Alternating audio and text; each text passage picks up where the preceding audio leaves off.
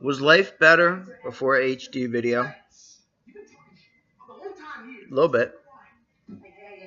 You know, like when I was younger, I thought Nicole Eggert was gorgeous. Pamela Anderson was a goddess. Heather Locklear.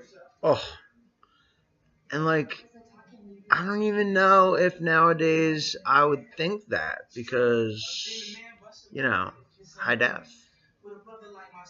But like when shit was just a little grainy, kind of looked like it was underwater. It was just like almost just easier to masturbate, I think.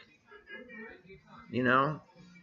And now when I go to YouPorn, yeah, there's some subcategories that I could be into, but the category I click on all the time is just HD, which I'm starting to not have to even do that anymore because like they make it easier for you to just pick the ones that are HD. And I'm sure within a few years, there's just not going to be like, what's going to happen? Is there going to be some sort of standard definition porn graveyard, like some website? Like, what?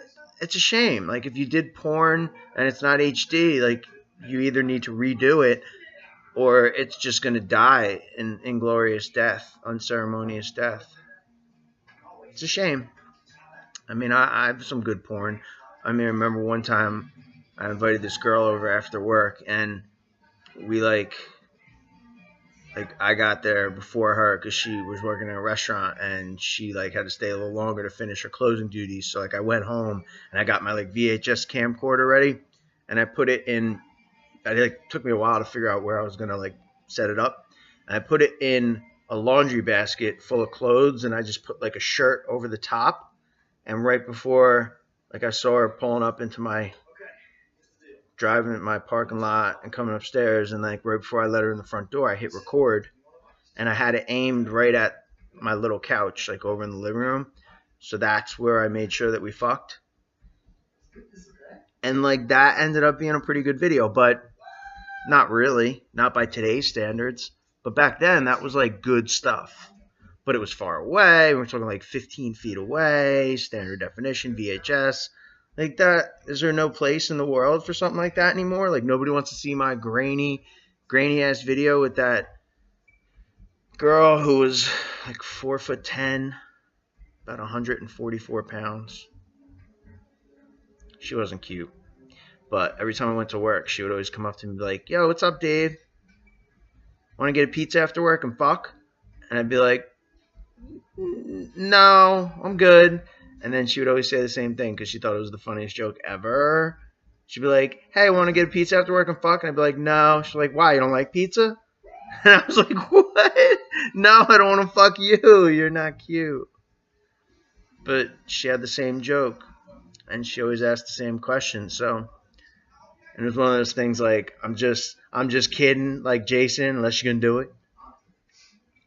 So yeah, I always knew that if I said yes, that it was gonna be on. So the one day I was just like, yeah, whatever. So, and that's what it's like working in a restaurant. But that's not what I want to talk about. What I want to talk about is this. I want to talk about how I should have known that I was gonna have a fucked up life when I found out that I was allergic.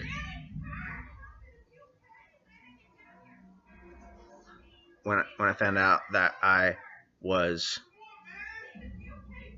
allergic to Benadryl. It took the doctors a while to figure it out too. Like nobody understood. Like, and it was just real bad. And it was just the actual Benadryl. I mean, I was allergic to other things, obviously. So that's why my mom was giving me Benadryl. But then it just would get worse, and then it became this quagmire, and they just like couldn't figure out what it was. Like they thought I was allergic to grass, and I mean, I'm surprised I'm not allergic to oxygen.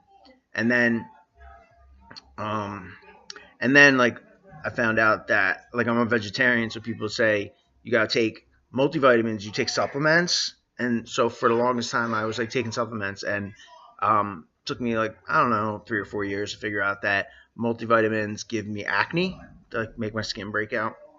Like I ended up looking like a before picture in a Proactive infomercial, and I know like people always say like, oh, it's not true, it's fine. Like I'm talking controlled experiments.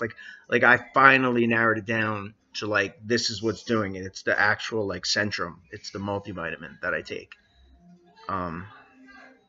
And that's real life, like calamine lotion, break out in hives, put a little cortisone on, and like get itchy, like it's just down, like, and so on and so forth, like down the line. Like one time I tried coke, slept for 3 days.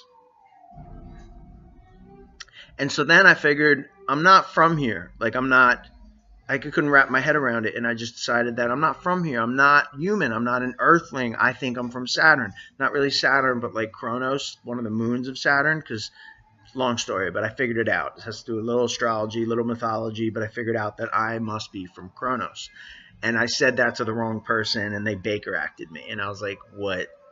I don't even know what that means, but it means that you don't get to go home for 3 days by Florida state law. Like they can hold you for 3 days.